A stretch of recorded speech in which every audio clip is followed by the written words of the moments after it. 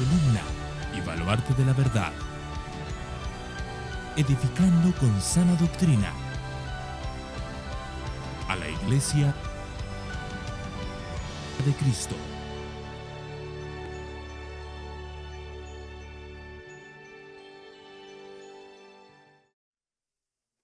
Primera de Timoteo, capítulo 4, versículos 13 al 16. Dice así la palabra del Señor.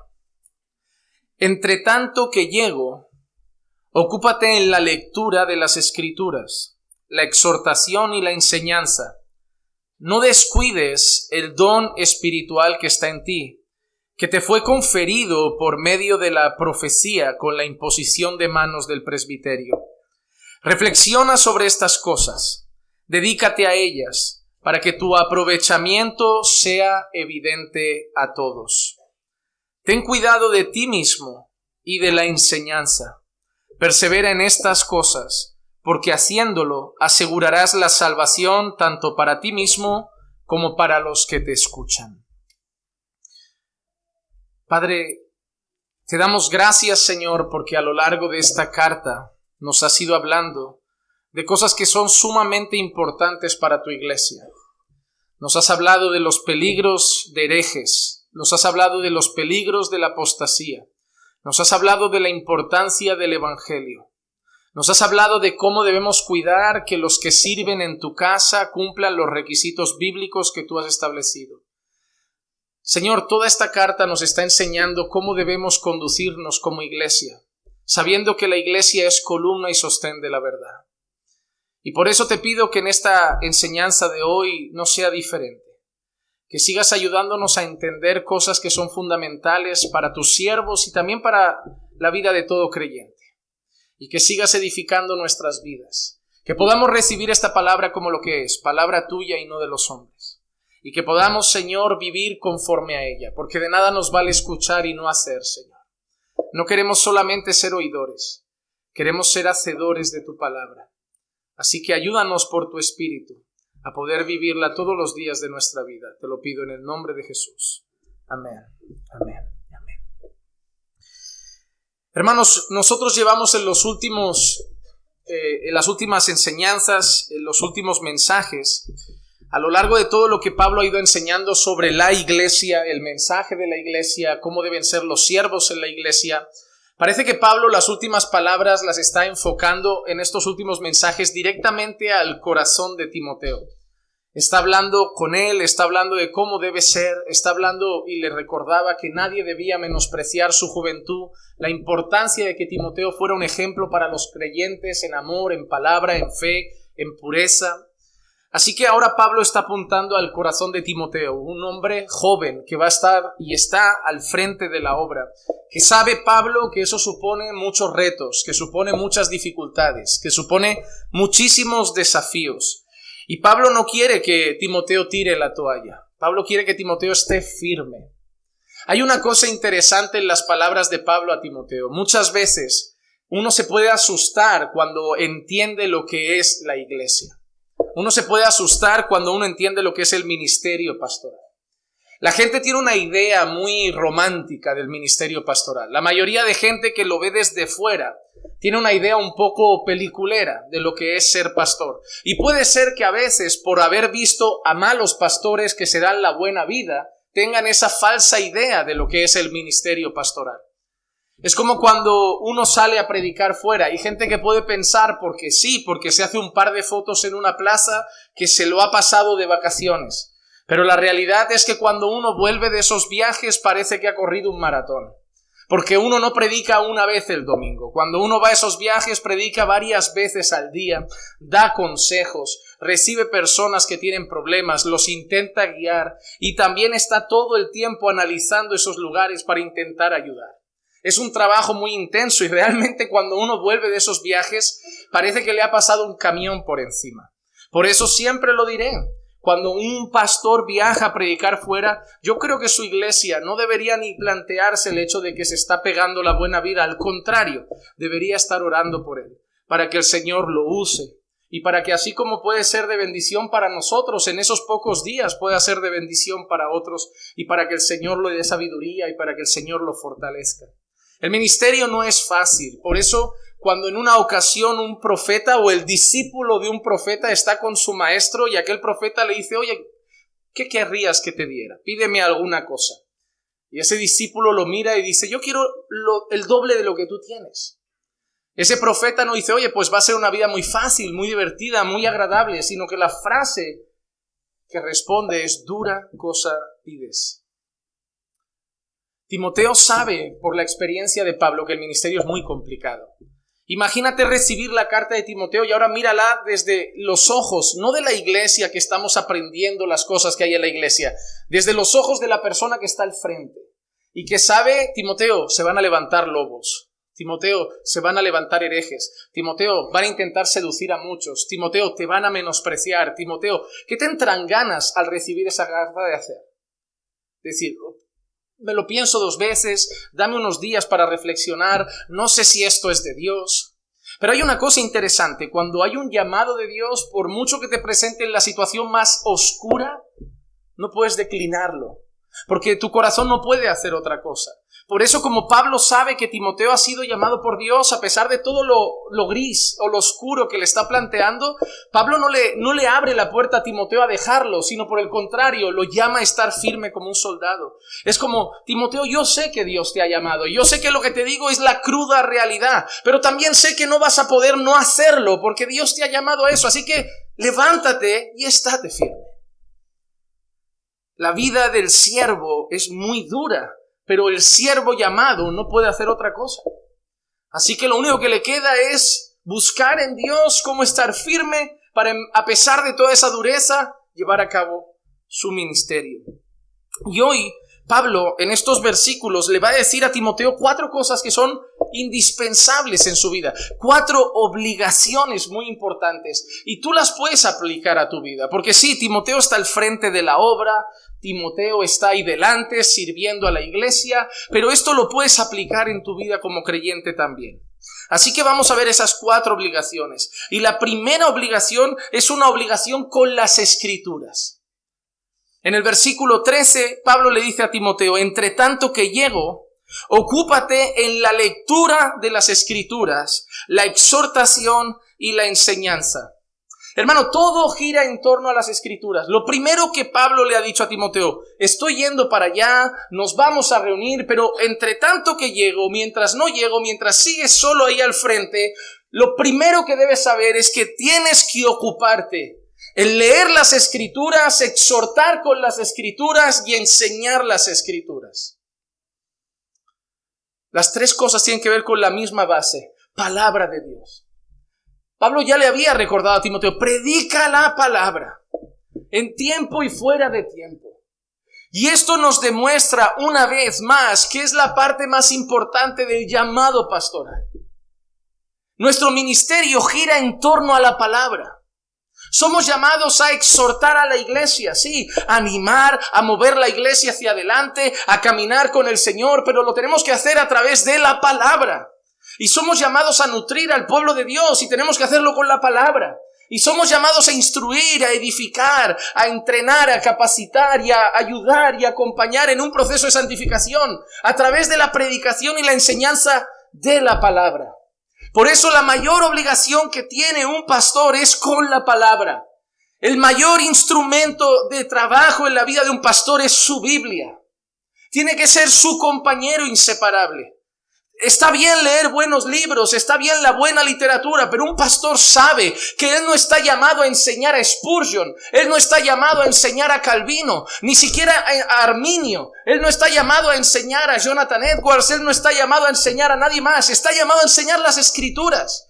Puede leer otros libros, puede preguntarse cómo otros han interpretado según qué texto, puede enriquecerse con los dones que Dios le ha dado a la iglesia a lo largo de los años, pero el centro de su mensaje tiene que ser: escrito está.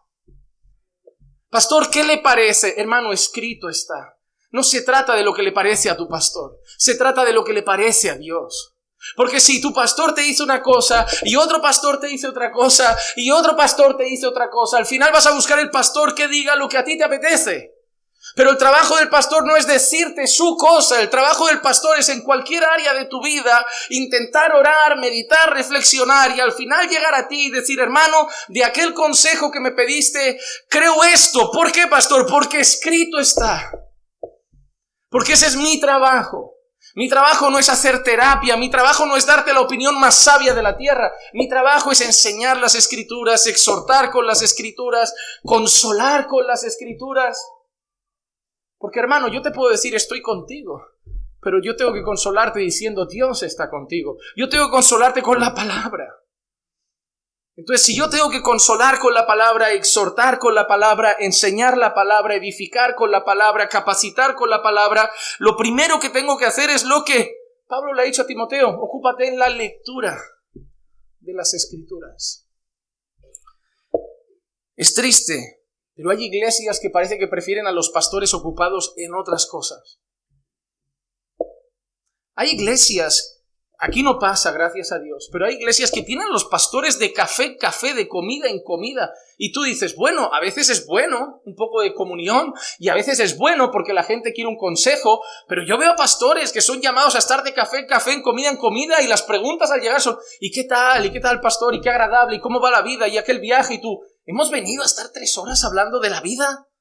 Tu pastor necesita leer la Biblia, mañana tenéis que comer y si yo no estoy cocinando desde hoy, te voy a dar un plato hecho en el microondas y no sabe igual. ¿Tú qué prefieres que te den de comer? ¿Una bandeja del Mercadona de macarrones que se ha calentado 2 minutos en el microondas? ¿O prefieres a alguien que ha hecho la pasta casera, la salsa boloñesa casera, ha picado la carne, ha comprado tomates naturales, los ha triturado, los ha hervido, ha hecho un sofrito, lo ha hecho durante 2 horas unos macarrones? 2 horas para hacer unos macarrones, pero saben muy diferente a macarrones que se han calentado 2 minutos en un microondas. Así hay sermones que se nota que han sido calentados 2 minutos en las páginas de internet. Hay sermones que se nota que han sido descargados de las redes. Hay sermones que se nota que han sido tecleados en Google. Predicación de familia, predicación de esperanza, y se nota. Pero también se nota cuando alguien ha leído la Escritura, cuando alguien te la explica y dices: oye, parece que lo entiende porque ha pasado horas para entenderlo, y que cuando te lo explique tenga claro lo que te va a decir y no divague. Por eso un pastor debe ocuparse en leer las Escrituras. Y eso también cualquier creyente. Para saber si lo que le dan de comer es las Escrituras, para saber si lo que le alimenta es la verdad. Por mucho tiempo estuvisteis a veces en iglesias donde no se os daba la verdad porque no os ocupabais en la lectura de las Escrituras, os ocupabais en otras cosas. Quizá en otras actividades, en ver vídeos, en prédicas de las que os recomendaban, pero no en leer las Escrituras, en analizar las Escrituras. Y muchos pasamos mucho tiempo en el engaño por ocuparnos poco en las Escrituras. Nosotros debemos ser hombres que están apegados al estudio. Josué, capítulo 1, versículo 8. Este libro de la ley no se apartará de tu boca, sino que meditarás en él día y noche, para que cuides de hacer todo lo que en él está escrito, porque entonces harás prosperar tu camino y tendrás éxito. Este libro no se apartará de tu boca, meditarás en él de día y de noche. El salmista en el Salmo 119 y el verso 97 dice: cuánto amo tu ley, todo el día es ella mi meditación. No ha hecho un devocional de 10 minutos por la mañana. No ha leído corriendo los 3 capítulos del día para acabarse la Biblia en un año. Medita en la ley todo el día. Pero solo a una persona puede meditar en la ley todo el día. Alguien que dice como el salmista: cuánto amo tu ley. Hermano, al final hacemos lo que amamos. Cuando yo era un chaval de 15 años, no me importaba entrenar 3 días a la semana, de 8 a 10 de la noche, en invierno, con lluvia, bajo frío, para poder jugar el domingo, y que me dijera el entrenador: oye, Juanma, también juegan los de una categoría superior el sábado, ¿te apetece? 2 partidos, 3 partidos. Amaba el fútbol. Y no me importaba vivir en torno al fútbol, todo giraba en torno a eso. Mi vida, mis decisiones, mi agenda, mi corazón estaba ahí, en ser el mejor, en entrenar para luego poder jugar todos los partidos, ser titular, no ver ninguno desde el banquillo. Lo amaba y hacía todo por conseguirlo. Eso pasa con una pareja, eso pasa con la videoconsola, eso pasa con los videojuegos en el ordenador, eso pasa con las redes, eso pasa con el teléfono. A lo que amamos le damos tiempo. Le damos tiempo. Y la mayor evidencia de que muchos creyentes no aman demasiado a Dios es el tiempo que le dan a Dios. Es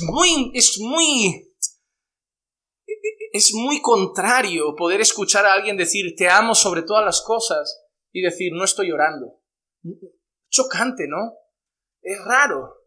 Es como decirle a una mujer te amo más que a nadie en este mundo, pero no hablo contigo. Es muy raro. Es muy raro decirle a una mujer tú eres lo más importante de mi vida, pero en cuanto llego del trabajo y tú estás en casa, yo prefiero la tele, prefiero el móvil, prefiero eso. Tú puedes estar ahí. Pero te amo, que lo sepas. Recuerda ahí en tu soledad que te amo. ¿Será que amo tanto? ¿Será que amo de verdad? ¿O será que digo lo que es lo correcto? Porque lo correcto es decir te amo a una esposa, lo correcto es decir que amo a Dios sobre todas las cosas. Pero, hermano, una de las cosas que debemos entender es que si queremos progresar en nuestra vida cristiana, debemos hacer algo a diario. Se llama autoexamen. Y ser honesto. No sirve de nada engañarse. Es mejor ser honesto con uno mismo, hacerse las preguntas adecuadas. ¿Cuánto hace que tú no te preguntas a ti mismo realmente y de corazón para analizarte si amas a Dios sobre todas las cosas? ¿Cuánto hace? ¿Cuánto hace que no te has parado a preguntarte a ti mismo si amas a tu esposa como Cristo amó a la iglesia? Una cosa es que lo escuches desde aquí, otra cosa es que te pares a hablar contigo del asunto. No que yo te hable del asunto, que tú lo hables contigo. El autoexamen es muy necesario. La Biblia incluso cuando hablamos de Santa Cena, no decimos eso, por tanto pruébese cada uno a sí mismo. ¿No nos llama la Biblia a probar nuestra fe? Es algo que debemos hacer a diario para saber cómo estoy con Dios. ¿Amas la palabra? ¿Amas la palabra hasta el punto de decir todo el día es ella mi meditación?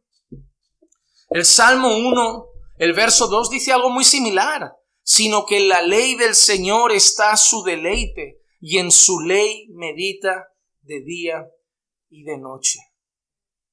Josué, Dios le dice que la palabra debe estar en él y debe reflexionarla y meditarla de día y de noche. El salmista en el Salmo 119 dice que medita de día y de noche. El Salmo 1, verso 2 dice que es bienaventurado el que medita de día y de noche.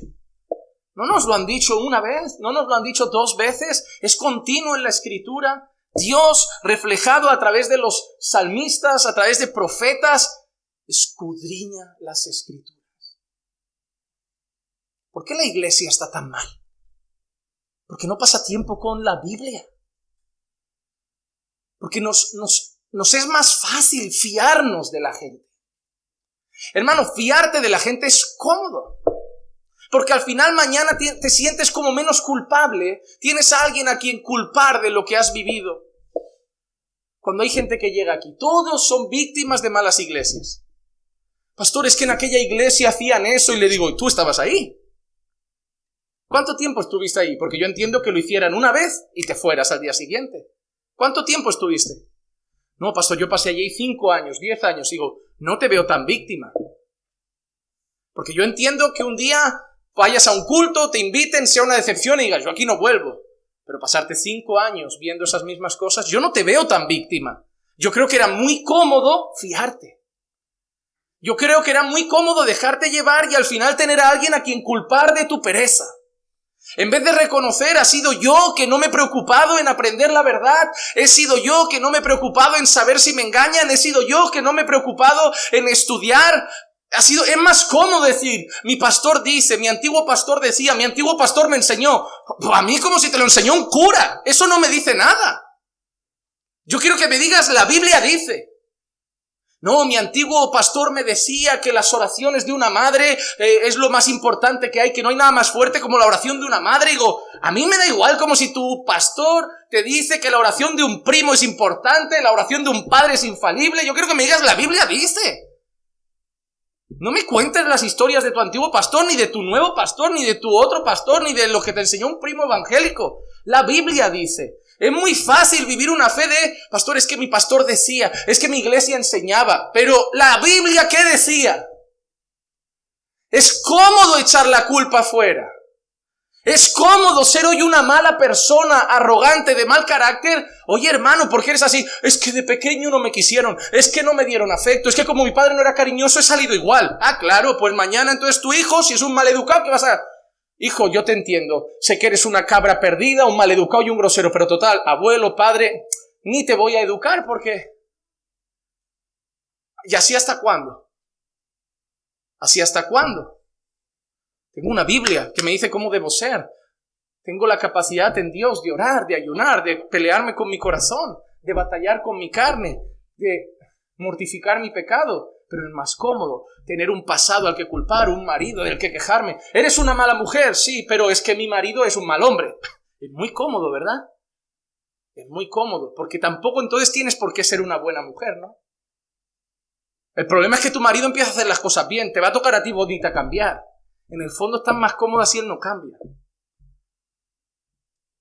Pero es que tú no tienes que ser una buena mujer porque tu marido es un buen hombre. Tú no tienes que ser un buen hombre porque tu mujer es una buena mujer. Tú no tienes que ser un buen hijo porque tu padre es un buen padre. Tú no tienes que ser un buen padre porque tu hijo es un buen hijo. Yo no tengo que ser un buen pastor porque la iglesia es buena, ni la iglesia tiene que ser buena porque el pastor es bueno. Tenemos que hacer lo que hay que hacer porque Dios es digno. Lo hacemos para Él, no lo hacemos para nadie más. Es muy fácil acomodarse en lo que me han enseñado, en lo que me han dicho y tener la excusa perfecta para justificar años de mala vida cristiana vivida. Pero yo creo que es momento de coger la Biblia y decir, voy a empezar a vivir como Dios dice. Y dejar de mirar atrás y justificar en lo que no me enseñaron.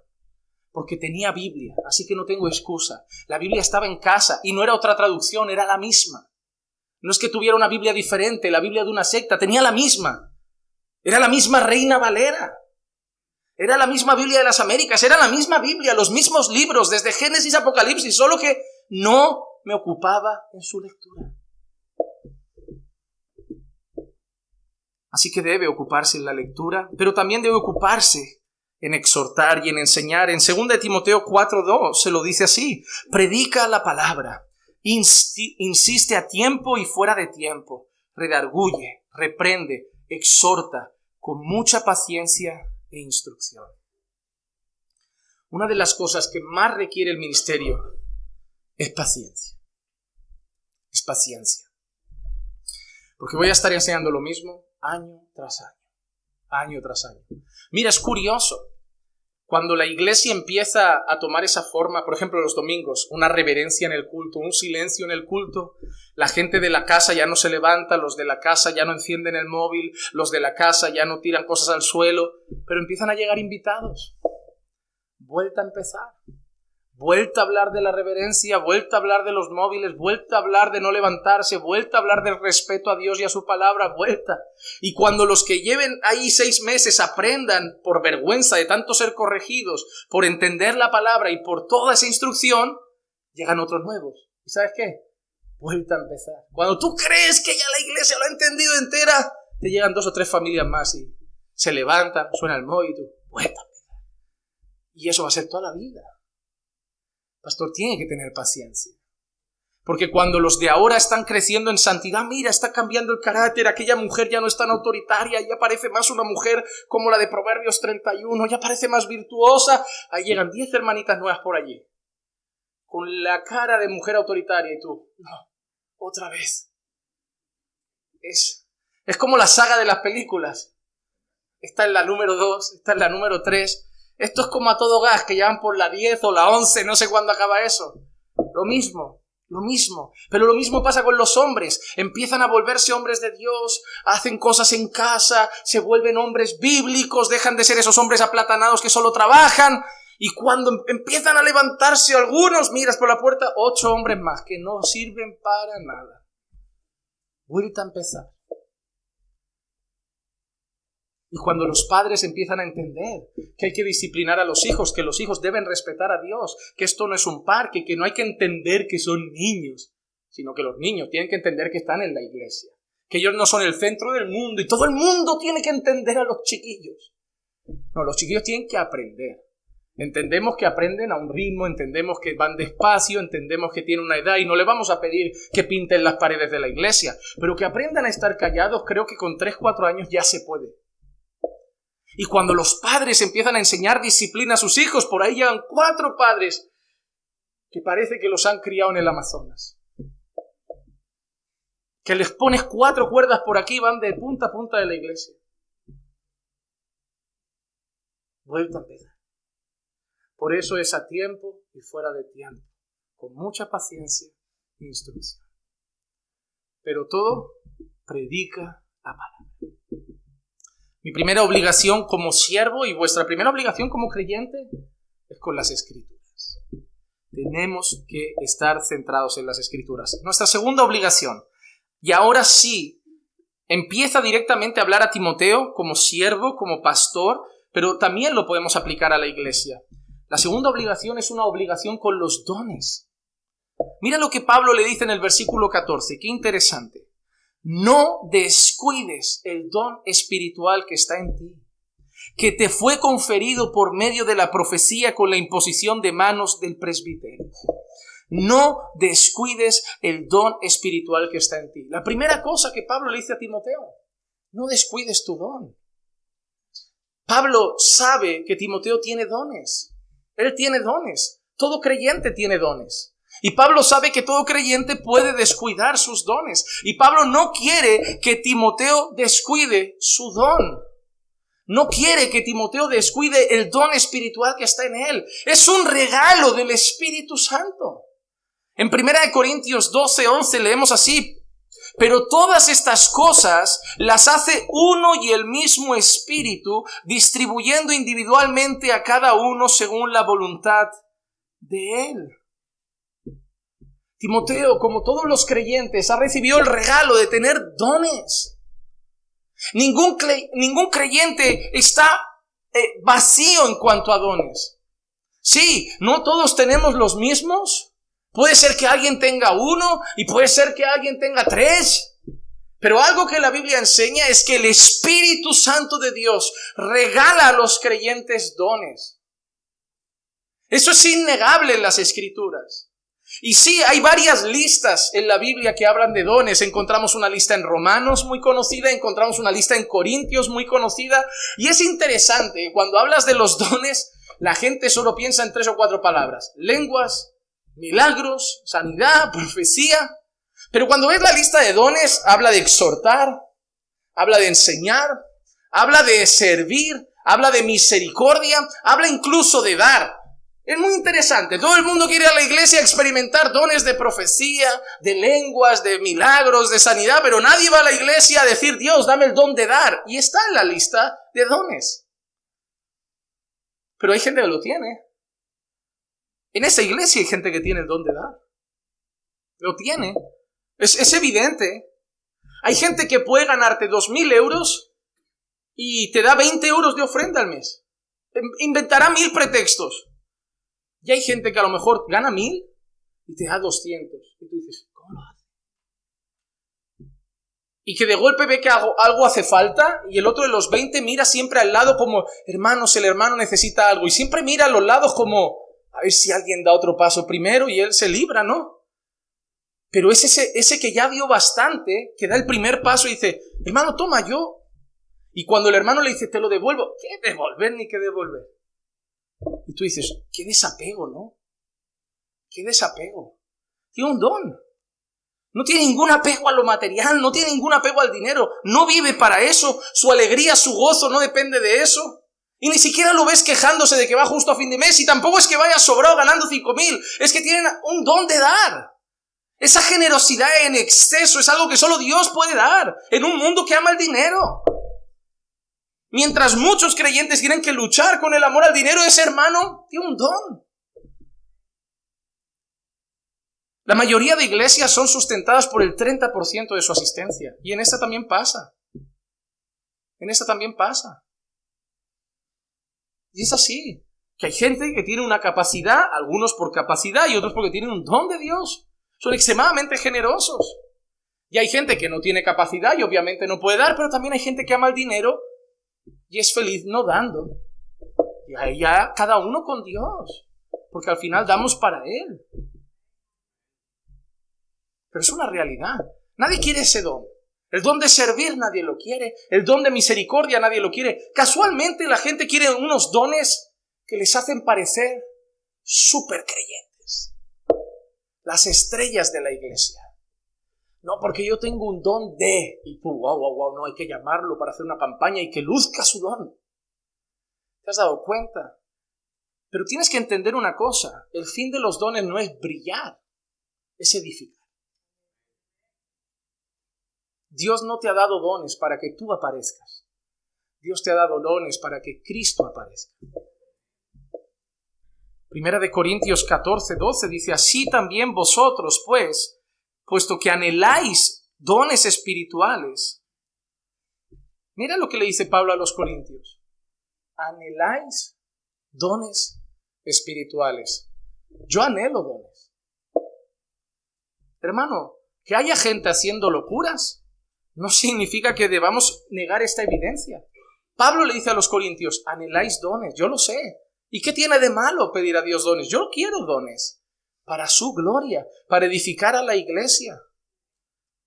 Dios, dame dones para edificar, dame un don de enseñanza, dame un don de liderazgo, dame un don de exhortación, dame un don de servicio, para poder servir a mi iglesia de una manera natural y no tener que orar, ayúdame, Señor, a hacer eso porque no me nace y quiero hacerlo. Dame un don de misericordia, para que cuando vaya a los hospitales a visitar a un enfermo no lo haga porque hay que hacerlo y porque tengo que cumplir, lo haga con un corazón dado, misericordioso. Señor, dame un don de misericordia. Señor, dame un don de dar. Desapégame de todo lo material, que viva con lo necesario, que realmente pueda decir, teniendo que comer y que vestir, esté contento, y con el resto viva para servirte con los recursos que tú me has dado. Yo anhelo esos dones. Yo anhelo esos dones. ¿Por qué dice esto? Procurad abundar en ellos para la edificación de la iglesia. ¿Quién se va a beneficiar de los dones que le acabo de pedir al Señor? ¿Quién se va a edificar, se va a beneficiar de la enseñanza? La iglesia. ¿Quién se va a beneficiar de ese don de misericordia? La iglesia. ¿Quién se va a beneficiar de ese don de servicio? La iglesia. ¿Quién se va a beneficiar de ese don de liderazgo? La iglesia. Lo pido todo para el bien de mis hermanos. No para mí, no para hacerme famoso, no para que un foco caiga sobre mi cabeza y pongan humo cuando suba a un escenario, para edificar a tu pueblo, Señor. Porque mientras yo esté en esta tierra, estoy para hacer bien a tu pueblo. Yo no soy de esos mediocres que dicen, yo sirvo a Dios, no a los hombres. Yo sirvo a la iglesia de Dios. Y quien no entienda eso, no entiende el cristianismo. Dios no te ha salvado para que tú no hagas nada por los demás. Dios te ha salvado para predicar a los perdidos y edificar a los redimidos. Pero yo no soy pastor, repito, pide un don de misericordia. A lo mejor una hermana la han operado ahora, has ido a verla, la has llamado, ha nacido de ti, salir corriendo del trabajo y pasar por ahí a hacer una visita. Pide a lo mejor un don porque no lo tienes. Porque lo arreglas todo con un WhatsApp. Es más rápido mandar un mensajito y decir, oro por ti. Es el mensaje que nos llega a todos en la angustia. Oro por ti, oro por ti, oro por ti. Por WhatsApp es fácil. WhatsApp no es misericordioso. WhatsApp es el recurso de los que no tienen compasión. Pero tienen que quedar bien. Porque cuando tu hermano llame a la puerta, no le mandes un WhatsApp. Dile, ven hoy. Ven, entra. Sí, me pillas mal. Y mañana madrugo, pero tienes una necesidad y eres mi hermano. Si fuera mi madre no la dejaría en la calle. ¿Quién es mi madre? ¿Quiénes son mis hermanos? Aquellos que conocen la voluntad de mi Padre y la hacen. Si yo daría mi brazo a torcer por la madre que me dio a luz, tengo que dar mi brazo a torcer por los hermanos con los que voy a pasar la eternidad. Y yo no estoy diciendo que para mí sea fácil, por eso anhelo dones. Dones de misericordia, dones de servicio, porque hay cosas que oro para que las haga, pero no me nacen como a otros. Pero es que yo no tengo todos los dones. Quizá tengo facilidad para enseñar y tengo facilidad para quedarme aquí 2 horas hablándote del Señor y predicándote la palabra y no me tiembla la voz, y no me tiemblan las manos, y no me tiemblan las piernas. Lo hago con un santo temor de Dios, pero con la ayuda y el respaldo del Espíritu Santo que me facilita hacerlo por horas y no me cansa y no me agota. Pero no tengo otros y los anhelo. Quiero servir mejor, quiero ser más misericordioso, quiero dar más. Quiero dar más a las misiones, quiero dar más a su pueblo, quiero dar más para la obra, quiero orar para decir, Señor, manda recursos para el templo, pero quiero darlos. No quiero esperar que llegue una paloma y nos haga caer un sobre con un cheque, quiero darlo. Porque yo lo voy a disfrutar, yo voy a estar ahí dentro, yo me voy a beneficiar, Señor, algo habrá que pueda hacer. Algo habrá, no sé, anhelo dones para edificar a la iglesia. Hermano, anhela los dones del Señor. Anhélalos. Pero no te quedes 8 años pidiendo un don para la música y a lo mejor no llega y tienes por ahí uno que como lo estás descuidando. Porque a veces queremos el don que nos pone delante de la gente. Y a lo mejor Dios te ha dado un don que solo trabaja en la retaguardia. Cuando vemos las películas de guerra, siempre veo a esos soldados la estrella morada de la valentía, la estrella tal del coraje, la estrella tal y siempre los hombres soldados delante. Pero hay gente que en las guerras pasa desapercibido. Si tú has visto películas de guerra y has leído un poco sobre eso, cada vez que un soldado recibe un balazo, hay una campaña de mujeres enfermeras que nadie las conoce, pero que están entre piernas rotas, pies amputados, gente que sangra y trabajan día y noche para atender soldados. Ellas no tienen la estrella de plata ni la estrella de bronce. Y esto no lo digo por exaltar a las mujeres, porque también hay sacerdotes que trabajaron en la guerra, dando fe y esperanza a los soldados, orando por los enfermos, dando las últimas palabras a los que partían con el Señor. Esos no recibieron medallas, pero tenían un don que no se veía, un don que estaba en la retaguardia, pero seguramente un don que algún soldado al llegar a casa agradeció. Y dijo, ¿sabes por qué llegué a casa? Porque me atendió alguien, porque curaron mis heridas, porque me dieron fe y esperanza, porque un conductor me llevó rápido, porque un piloto dirigió un avión. Él no tiene la medalla porque quizá no cargó el fusil, pero él edificó a sus soldados. A veces estáis esperando que Dios os capacite en cosas que os dan un micro, hermano. Ojalá Dios arrancara los micrófonos un poco de la iglesia, porque a veces parece que tenemos el afán de llegar al micro más que de llegar a Cristo. Y esto es muy peligroso. Miren, esto está bien, pero esto está cargado de tentaciones y peligros. Esto está cargado de cosas que como Dios te use van a llegar a aplausos y elogios y te pueden inflar el ego. Pero por otro lado te van a pegar unos palos y críticas que hoy no vas a recibir y te van a insultar y llamar de todo, que te pueden destruir y acabar por el suelo y decir que no quieres nada de la vida. Esto está fatal. Así que solo toma esto y que sea lo que Dios quiera. Pero yo te diría, dura cosa pides. Quizá Dios te ha dado un don que no se va a ver, que lo va a ver aquel a quien atiendas en su casa, aquel a quien visites en el hospital. Pero lo importante es que los edificas a ellos. El aplauso que tienes es el de Dios y es el que importa. Anhelemos dones para edificar a la iglesia, no para parecer los X-men espirituales. No, yo conozco a uno que tiene un don siempre aparece la estrella con aquel don para brillar y que lo tienen que llevar por las iglesias para exhibir su talento. No, hermano. No, cuidado. Cuidado, no acabéis siendo como aquel hombre que apareció con los apóstoles y les dijo, ¿cuánto me cuesta tener vuestro poder? ¿Cuánto me costaría yo tener esa capacidad? Porque yo quiero brillar como vosotros. Ellos no lo hacían por brillar, pero ese hombre solo veía que la gente se acercaba, gente era curada, y él quería, yo quiero eso, no por ayudar a la gente. Él quería la fama que estaban teniendo los apóstoles. Dijo, ¿cuánto cuesta esa unción? Hay gente que hace eso. Y lo peor es que hay gente que en iglesias va regalando esas cosas. Lo que Dios ha puesto en mí... El que da los dones es el Espíritu Santo. Tú puedes pedir, al final Él soberanamente va a hacer lo que quiera. Una cosa interesante aquí es que dice que el don espiritual de Timoteo fue conferido por medio de la profecía con la imposición de manos del presbiterio.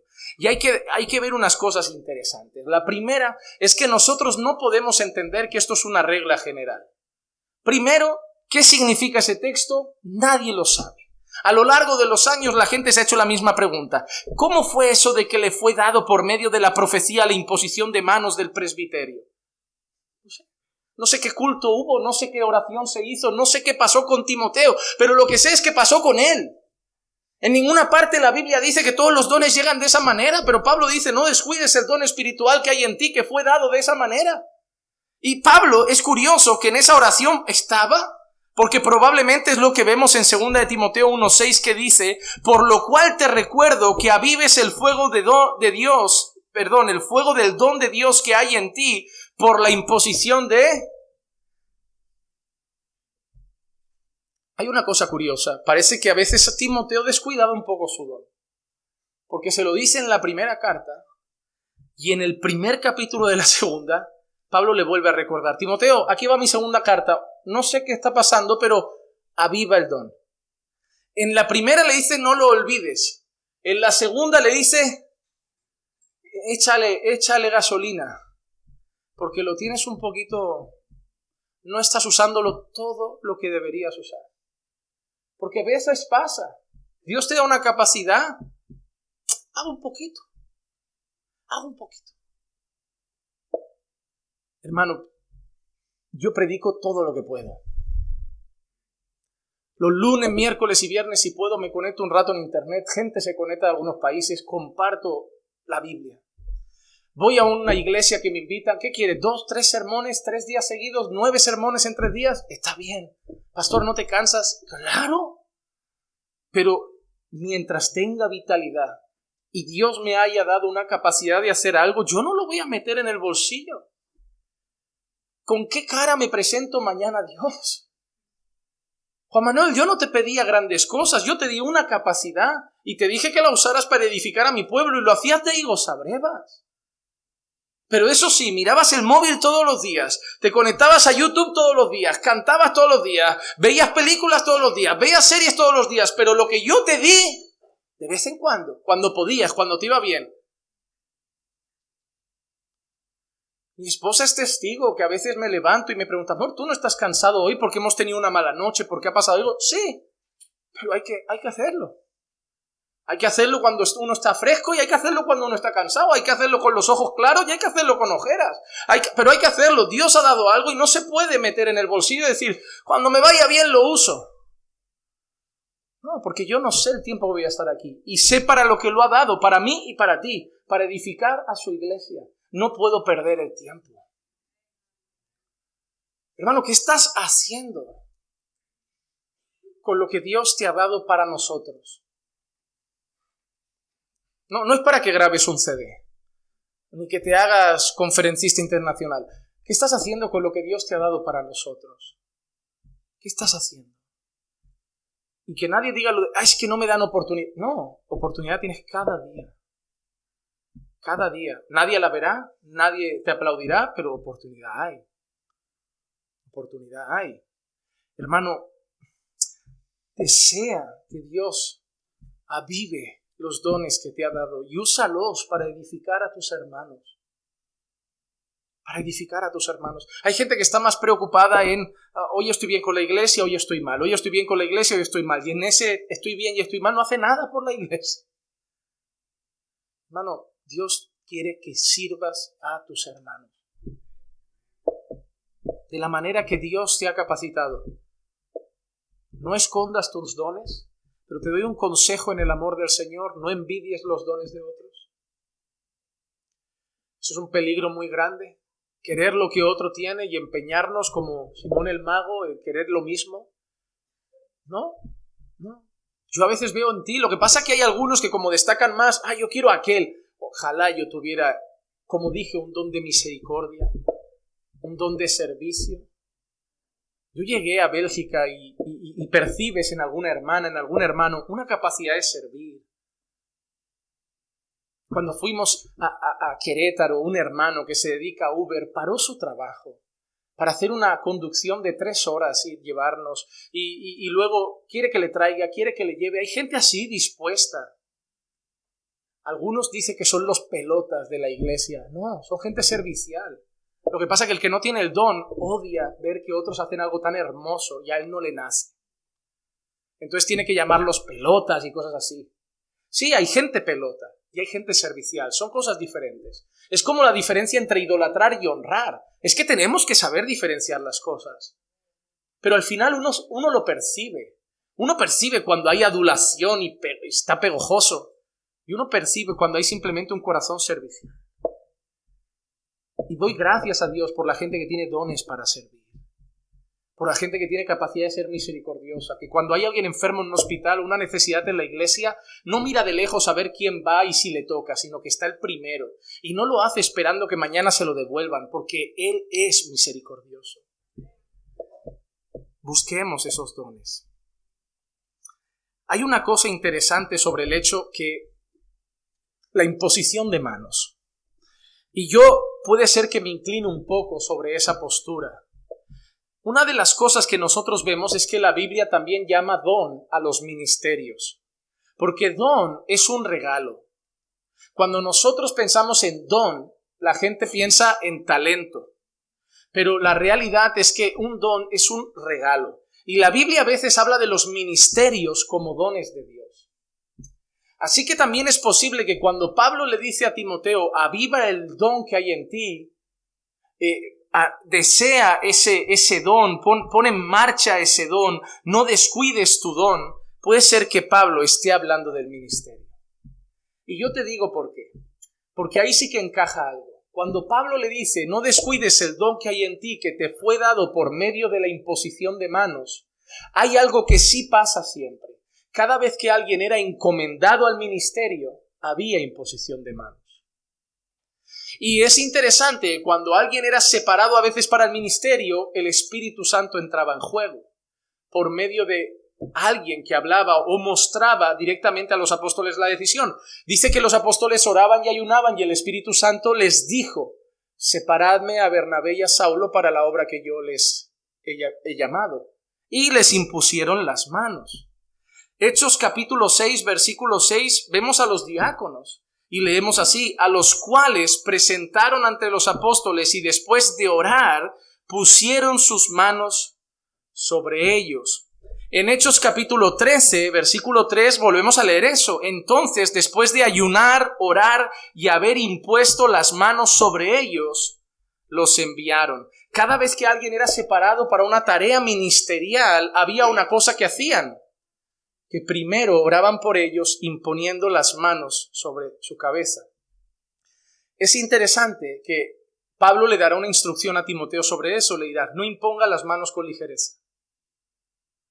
Porque Pablo lo que le está diciendo es, Timoteo, cuando nosotros que estamos al frente de la obra, que somos líderes, por usar una palabra que se entienda, aunque no me guste mucho, líderes de la iglesia, cuando nosotros le ponemos las manos a otro y decimos, este ahora es otro pastor, lo estamos dando como autoridad, lo estamos autorizando al trabajo, le estamos diciendo a toda la iglesia, tratadlo como tal. ¿Qué pasa si has impuesto las manos con ligereza, te has equivocado y es un lobo? Vas a ser cómplice de todos los desastres que haga, porque la gente lo va a escuchar, lo va a seguir, lo va a llevar a casa y tú vas a tener un día en la cabeza esto. Yo lo metí en su casa porque yo le dije a la gente con mis manos, este hombre es pastor. Por eso era algo tan serio hasta el punto que Pablo le dice a Timoteo, no impongas las manos con ligereza, porque si no te vas a volver copartícipe de sus pecados.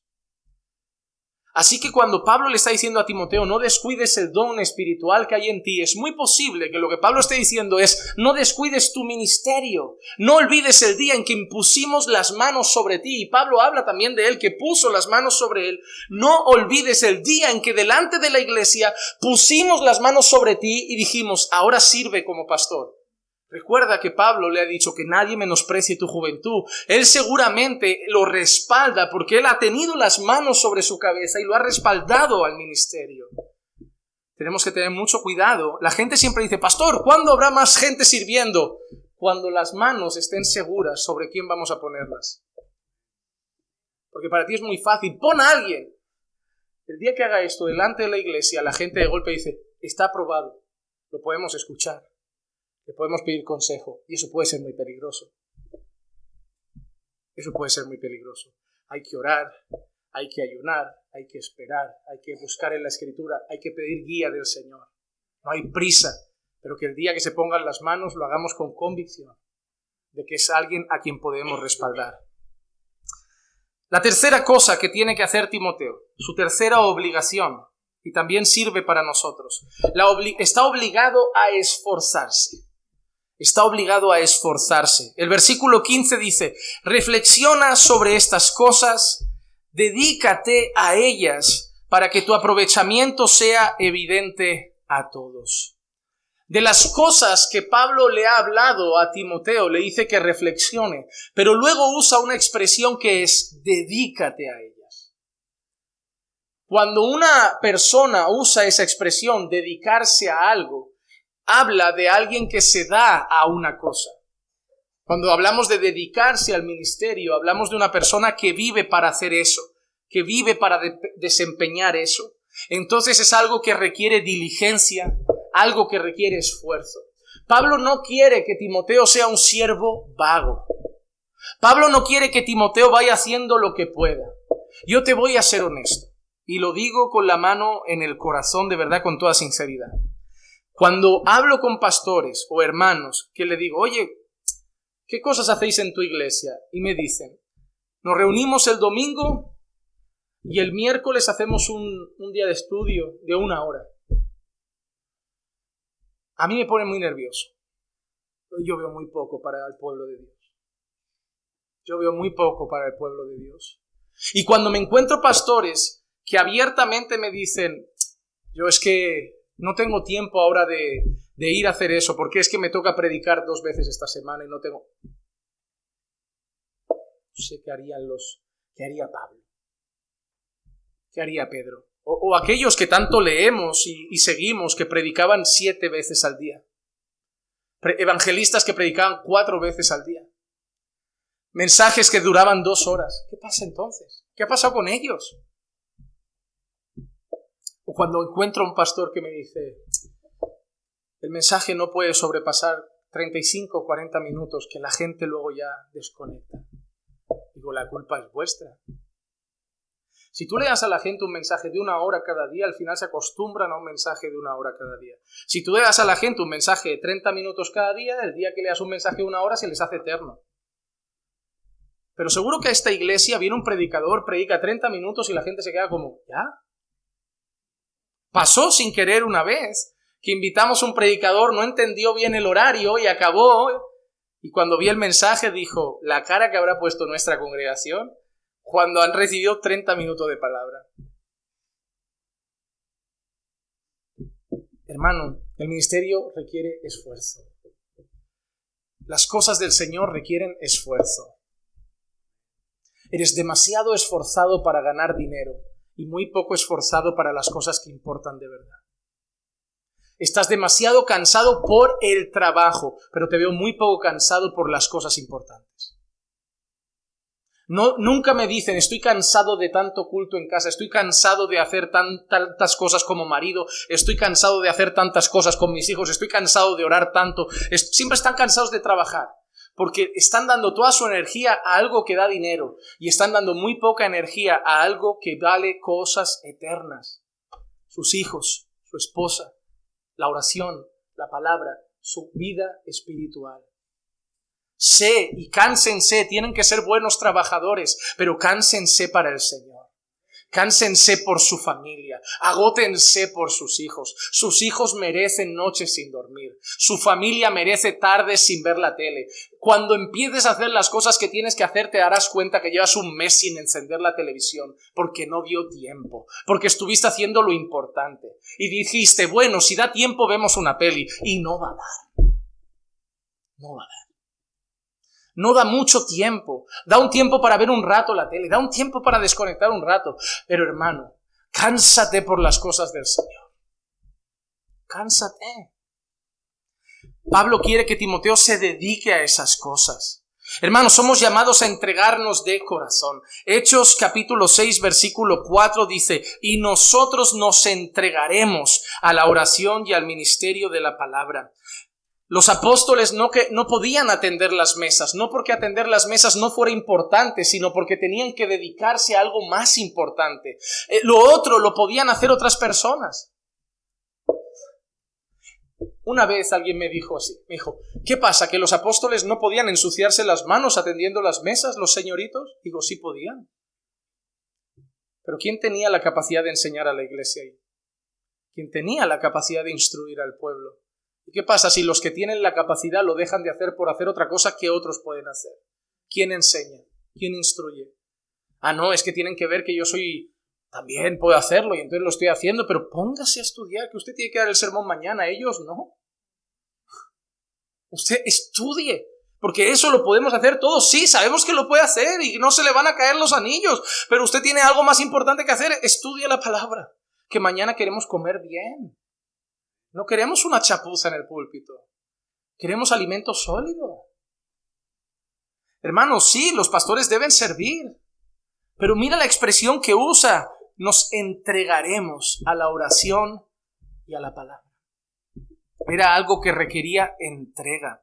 En 2 de Pedro capítulo 1 versículo 10 dice así: así que, hermanos, sed tanto más diligentes para hacer firme vuestro llamado y elección de parte de Dios, porque mientras hagáis estas cosas nunca tropezaréis. Mira, tienes que ser diligente en hacer firme tu llamado de Dios.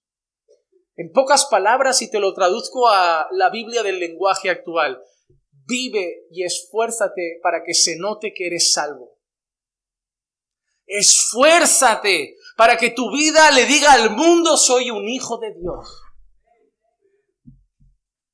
No andes así: ay, pastor, yo no sé si soy un hijo de Dios. Yo no sé si soy salvo. Espabilate y que se note. Deja de lloriquear por las esquinas.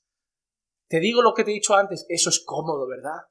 Es cómodo pasarte 10 años diciendo: es que no sé si soy salvo. Es difícil ponerse a orar, es difícil ponerse a ayunar, es difícil luchar con la carne, es difícil matar tu pecado, es difícil pelear con el orgullo. Es más como decir: ay, pastor, ya si ya has 10 años. Pero es difícil vivir de tal manera que se note que soy salvo. Deja de agarrarte a las excusas cómodas, a la pena, al victimismo, y esfuérzate. Esfuérzate. En pocas palabras, espabila ya. ¿Hasta cuándo vas a seguir con esa vida espiritual tan pobre? Tienes todo lo que tienen los otros, para tener una vida espiritual avivada. Tú no la tienes. ¿Por qué unos tienen una vida espiritual avivada y otros no? Si tienen las mismas cosas en las manos, la misma posibilidad de orar, la misma Biblia, la misma iglesia, porque unos no lo usan y otros sí. Ya está. Solo tú decides qué vas a hacer con esas cosas que Dios te ha dado. Esfuérzate, pero reconoce que ese esfuerzo viene solo de parte de Dios. 1 de Corintios 15:10. Pero por la gracia de Dios soy lo que soy, y su gracia para conmigo no resultó vana. Antes bien he trabajado mucho más que todos ellos, aunque no yo, sino la gracia de Dios en mí. Oye, que venga un apóstol y te diga con la boca abierta: he trabajado más que los otros. Suena. Tú imagínate que llego yo y te digo: entre vosotros, yo me esfuerzo y trabajo mucho más que los de las otras iglesias, Suena muy arrogante. Pero, hermano, es lo que acaba de decir Pablo. ¿Sabéis que yo me he esforzado más que todos ellos? No, y Pablo tiene pruebas. Sus naufragios, sus latigazos, sus prisiones, sus viajes. A ver, ¿contra evidencias? No es arrogancia, es en verdad. ¿Sabes? Me molesta cuando nadie puede decir algo bueno de sí mismo porque ya automáticamente es arrogancia. Dime alguna virtud tuya. Ah, bueno, no sé, eso lo tendrían que decir los otros. Vete con esa modestia a otro lado. ¿Tú no sabes cómo eres? Defectos si quieres te cuento, pero virtudes, que te alabe el extraño, ¿no? Dice la Biblia. Digo, ay, a ti ni el extraño te va a alabar. Es tan difícil decir, soy una persona muy trabajadora, soy muy organizado. No conoces tus virtudes, pero tienen que haber evidencias, obviamente. Soy una persona muy trabajadora. Llevo 6 años en paro, pero yo sé que en el fondo soy un currante. No. Pero si es una persona que se desloma y trabaja mucho, puedes decir abiertamente, soy muy trabajador. Así como aquel que no da un palo al agua, podemos decir abiertamente, es un vago. Yo puedo decir abiertamente que todavía no soy el marido que debo ser. Pero también puedo decirte que tengo virtudes como esposo. Eso no es ser arrogante. Que nadie tenga un concepto de sí más alto que el que debe tener, sino en la justa medida. Hermano, uno tiene que saber quién es para saber que tiene que mejorar y en qué está bien. Pero hay una cosa que Pablo sabe. Yo he trabajado más que todos, pero ¿qué hace que no se enorgullezca? Pero no he sido yo. Ha sido la gracia de Dios. Si Dios no es conmigo, si el Espíritu de Dios no hace eso, ese trabajo no se hace. O sea, sé consciente de tu esfuerzo, de tu empeño, de tu trabajo, pero cuando algo te haga pensar que eres mejor que otro, recuerda, pero no soy yo, es la gracia de Dios en mí. Hermanos, nosotros debemos entender que una persona esforzada al final tendrá buena reputación como siervo de Dios. Filipenses capítulo 2, versículo 19 y 22 dice: Mas espero en el Señor Jesús enviaros pronto a Timoteo, a fin de que yo también sea alentado al saber de vuestra condición, pues a nadie tengo del mismo sentir mío y que esté sinceramente interesado en vuestro bienestar. Mira qué cosas dice Timoteo, que tiene el mismo sentir que Pablo y que está interesado en la iglesia de verdad. Sinceramente. Dice, porque todos buscan sus propios intereses, pero no los intereses de Cristo. Y ahora mira qué dice Timoteo, pero vosotros conocéis sus probados méritos, que sirvió conmigo en la propagación del Evangelio como un hijo sirve a su padre. Pablo pone a Timoteo a trabajar delante, pero hay una cosa que le dice a toda la iglesia, recibidlo bien, porque vosotros conocéis sus probados méritos. Hermano, al final, un joven esforzado, un joven diligente que ha servido en la predicación, le prueba a todo el mundo que se esfuerza por las cosas de Dios, que debe estar ahí delante. Hermano, debemos probarle a las personas que somos verdaderamente siervos de Dios esforzados, con nuestra vida, con nuestra entrega y con nuestro sacrificio. Timoteo debe esforzarse, tiene la obligación con las Escrituras, tiene la obligación con sus dones, tiene la obligación de esforzarse y por último, tiene una obligación para consigo mismo y para con los que escuchan. El versículo 16 dice, ten cuidado de ti mismo y de la enseñanza. Persevera en estas cosas, porque haciéndolo asegurarás la salvación tanto para ti mismo como para los que te escuchan. Esa expresión, ten cuidado de ti mismo, ¿a qué se refiere? Poquito antes, Pablo le ha dicho a Timoteo, el ejercicio físico para poco aprovecha, pero la piedad es importante. Después también le había dicho que nadie tenga en poco tu juventud. Sé ejemplo a los creyentes en palabra, en conducta, en amor, fe y pureza. Ese ten cuidado de ti mismo se refiere a cuida tu vida personal con Dios, cuida tu santidad, cuida tu piedad, cuida tu vida consagrada. Cuídate de ti mismo. No vaya a ser que le vayas a decir a todo el mundo cómo debe vivir y tú no vivas. No vaya a ser que le digas a todo el mundo cómo debe caminar con Dios y tú no lo hagas. No vaya a ser que te pases días y días enseñando a la gente cómo se vive la vida cristiana y tú la descuides. Cuida tu vida.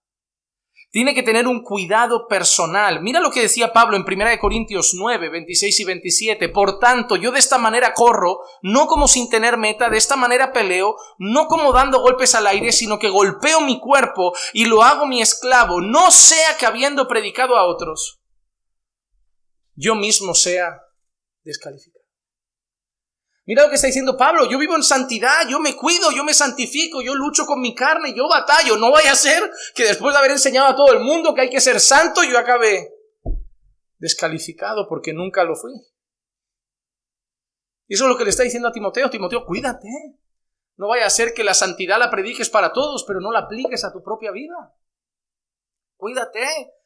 No vaya a ser que le digas a toda la gente que tiene que tener una buena vida de oración y tú no ores. Cuídate, no vaya a ser que le digas a la gente que tiene que leer la Biblia y tú la tengas ahí criando polvo. Cuídate, Timoteo. Cuídate, Timoteo, no vaya a ser que le digas a la gente que Dios quiere que seamos santos, porque sin santidad nadie verá al Señor. Y luego cuando te gires, tú no vivas en santidad. Cuídate, Timoteo. Cuídate. No vaya a ser que tú lleves a muchos a Cristo, pero al final tú no estés con Cristo. Hay muchos púlpitos que acaban en el infierno. Estoy seguro de ello. Hay mucha gente que hace un trabajo maravilloso, pero no son salvos. Una de las cosas más tristes no es la realidad de que haya gente que no sea salva sentada delante de nosotros los domingos. Una de las realidades más tristes es que hay gente que no es salva predicando en las iglesias. Muy triste, pero es una realidad. Van a llevar a muchos al Señor predicando el Evangelio, muchos serán alcanzados, pero ellos al final escucharán, Señor, Señor. Ellos dirán eso, en tu nombre prediqué, en tu nombre eché fuera demonios, si yo llevaba el culto, si yo era el líder. Y el Señor les dirá, ¿trajiste tantos? Pero apártate porque a ti no te conocí. Muy triste, ¿no? Pero no se tiene que cuidar solo de sí mismo, de su vida piadosa, sino cuídate de ti mismo y de la enseñanza. Algunas traducciones, creo que Reina Valera dice de la doctrina. Así que Timoteo tiene que tener cuidado de cómo vive y Timoteo tiene que tener cuidado de cómo enseña. Y eso me lleva a recordar algo importante, hermano. Esas dos cosas no pueden separarse. Doctrina y vida. Puedes tener la moral que quieras y vivir de la manera más ordenada, que si estás en una falsa enseñanza no eres salvo. No lo eres, porque no somos salvos por vivir bien.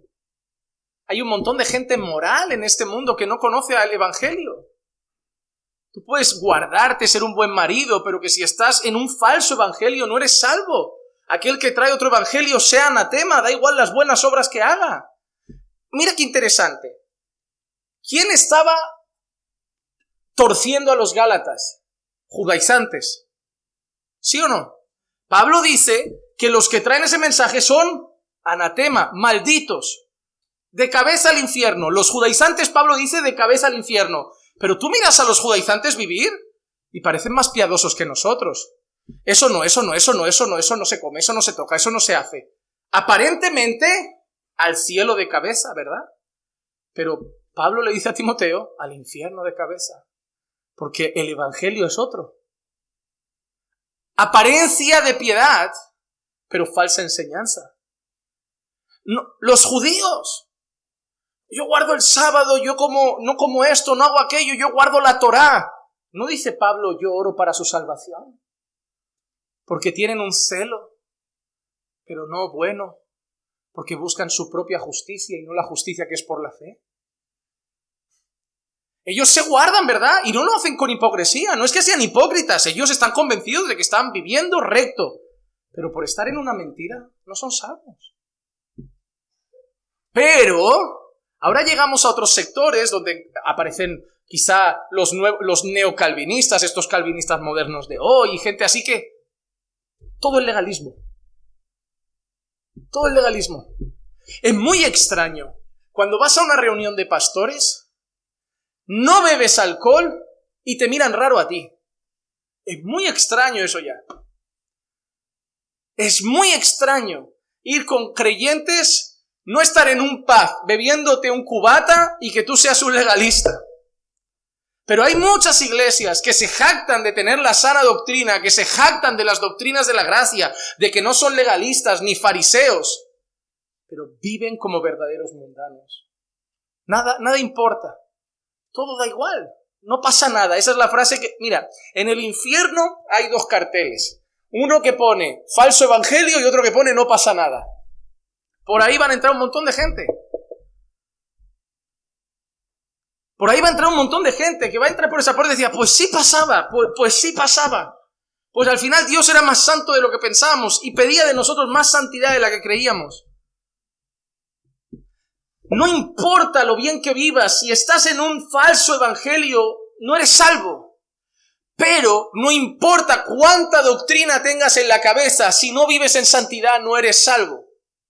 Sin la verdad no hay salvación y sin santidad nadie verá al Señor. No podemos separar esas cosas. Por eso Pablo le dice a Timoteo, cuídate de ti y de la doctrina. Cuida de vivir bien y de enseñar la verdad. ¿Por qué? Porque le dice Pablo, porque así aseguras la salvación para ti mismo y para los que te escuchan. ¿Cómo que aseguras la salvación? ¿Qué quiere decir? Porque Timoteo, estar firme en la verdad y vivir en santidad te garantiza cada día que eres salvo. Te asegura cada día que estás en el camino correcto. Te asegura cada día que vas derechito al cielo. No es que eso te salve, pero esa es la garantía de que eres salvo. Una persona que vive en fornicación, en inmoralidad, en un montón de cosas, no puede tener garantía de salvación. No puede decir, soy salvo. ¿Cómo? Viviendo así, ¿cómo puedes tener seguridad? Pero aquel que lucha con su pecado, se esfuerza por crecer en santidad y además abraza la verdad de la palabra, Señor, yo perfecto no soy, pero soy salvo. Yo estoy andando bien, yo estoy por el camino correcto. Eso es lo que quiere decir Pablo. Tienes que cuidar la doctrina. 2 Timoteo 4, 1 y 2. Ya llego al final, hermanos. Un segundito y termino, sí. Te encargo solemnemente en la presencia de Dios y de Cristo Jesús, que ha de juzgar a los vivos y a los muertos por su manifestación y por su reino. Predica la palabra. Insiste a tiempo y fuera de tiempo. Redarguye, reprende, exhorta con mucha paciencia e instrucción. Predica la palabra. En otra carta pastoral a Tito, en el capítulo 2 y el versículo 1 dice, en cuanto a ti, enseña lo que está de acuerdo con la sana doctrina. Hay un montón de personas enseñando otras cosas, Tito, pero en cuanto a ti, enseña lo que está de acuerdo con la sana doctrina. Porque cuando enseñamos lo que está de acuerdo con la sana doctrina, por la gracia de Dios podemos evitar que algunos acaben en el error y se extravíen. Hermano, ¿tú te crees que yo solo enseño para darme golpecitos en el pecho y decir, qué bien enseño, qué buen maestro soy? Tú sabes la responsabilidad con la que yo subo aquí. Yo os veo las caras. Veo personas que todavía no conocen mucho la Biblia. Veo personas que tienen poco conocimiento, entonces tienen la confianza de que yo lo esté haciendo bien. Entonces yo subo aquí con una responsabilidad muy grande en mi corazón, asegurarme cada semana, una semanita más, Señor, que los mantuve en el camino correcto y que no se extraviaron. Hermano, ¿tú te crees que solo velo por mi vida y por la de mi esposa? ¿Tú te crees que solo velo por saber que estamos en un evangelio correcto nosotros dos? Yo estoy aquí y mi sin vivir y mi sin dormir es asegurar que vosotros estéis en la verdad. Ya si alguno se va de la iglesia y decide ir a otra, ya es responsabilidad suya y de su futuro pastor. Pero mientras estéis aquí, yo tengo que evitar que os salgáis de la verdad del Señor. Yo me siento responsable de que caminéis bien. Segunda de Pedro, capítulo 2, 1 y 2 dice, pero se levantaron falsos profetas entre el pueblo, así como habrá también falsos maestros entre vosotros, los cuales encubiertamente introducirán herejías destructoras, negando incluso al Señor que los compró, trayendo sobre sí una destrucción repentina. Muchos seguirán su sensualidad y por causa de ellos el camino de la verdad será blasfemado. Eso es lo que vivimos. Muchos están siguiendo a Maldonado. Muchos están siguiendo a Cash Luna. Muchos están siguiendo a Rudy Gracia. Muchos están siguiendo a Ronnie Chávez. Muchos están siguiendo a Ana Méndez. Muchos están siguiendo a Ana Maldonado. Muchos escuchan a Joyce Meyer. Muchos escuchan a esa gente, a Yesenia Den y a toda esta gente. Yo tengo la necesidad de enseñaros para que no acabéis como esos muchos. Y que solo pongáis los ojos en la Biblia. Y que cuando alguien os pase un vídeo alocado de eso, sepáis decir, escrito está, escrito está, escrito está. No, mi pastor ha dicho que no lo escuche. No, no, porque yo te diré algunos, pero te mandaron un vídeo de alguien que ni conozco. Pero si sabes lo que está escrito está, lo calarás rápido. Y no dirás, no, es que mi pastor dice que eso no es así. No dirás, la Biblia dice, la Biblia dice, la Biblia dice, la Biblia dice. Porque yo mañana me voy a morir. Yo mañana voy a ser llevado a otro lugar. Yo mañana no sé lo que el Señor tendrá conmigo, pero grabaré en tu corazón semana tras semana, martes, jueves y domingo, lo que dice la Biblia. Yo me moriré, pero habré dejado en tu corazón esa frase grabada y lo que te enseñé quedará para siempre. Esa es la responsabilidad de Timoteo. Cuídate de ti mismo y de la doctrina, pero sobre todo para así también a los que escuchan asegurar que van por el camino correcto de la salvación. Porque otro evangelio no salva. Así que, hermanos, tenemos 4 obligaciones. La primera obligación que tenemos, la primera de todas, es con la palabra de Dios. Debemos atesorar la Biblia, meditar la Biblia, leer la Biblia. La segunda responsabilidad y obligación que tenemos son los dones, hermano. Pon tus dones en práctica. Usa los dones que Dios te ha dado para edificar a la gente, de servicio, de misericordia, de dar, de exhortar, de consolar. Usa esas habilidades para la gloria de Dios y la edificación de tus hermanos. No para brillar, no para parecer, para hacer bien al pueblo. Número 3, tenemos la obligación de esforzarnos. La pereza es pecado, la dejadez es pecado. Debemos empezar a levantarnos con firmeza, aunque sea cansados y agotados, y hacer lo que toca hacer. Esforzarnos por las cosas de Dios. Y número 4, debemos cuidarnos de nosotros y de la palabra, de la doctrina, de la enseñanza. Debemos que tener un cuidado personal de nuestra vida y de lo que alimenta nuestra alma, para así cada día que pase tener la certeza de que estamos en el camino de salvación. Que el Señor grabe estas palabras hoy en tu vida. No porque las he dicho yo, porque escrito está. Vamos a orar. Padre, te damos gracias por tu perfecta palabra. Gracias por esta maravillosa enseñanza y gracias por este llamado de atención. Gracias por este recordatorio de estas cosas fundamentales para nuestra vida, tan importantes para nosotros. Haz, Señor, que estas palabras sean grabadas en nuestros corazones y que seamos convencidos por tu Espíritu para poder ponerlas por obra. Ayúdanos a vivirlas, Señor. Ayúdanos a andar conforme a estas palabras que hoy nos has dicho, vivir conforme a estas obligaciones y poner en obra todo lo que hemos aprendido para darte a ti la gloria y edificar a nuestros hermanos. Te lo pido, Señor, en el nombre de Jesús. Amén. Amén.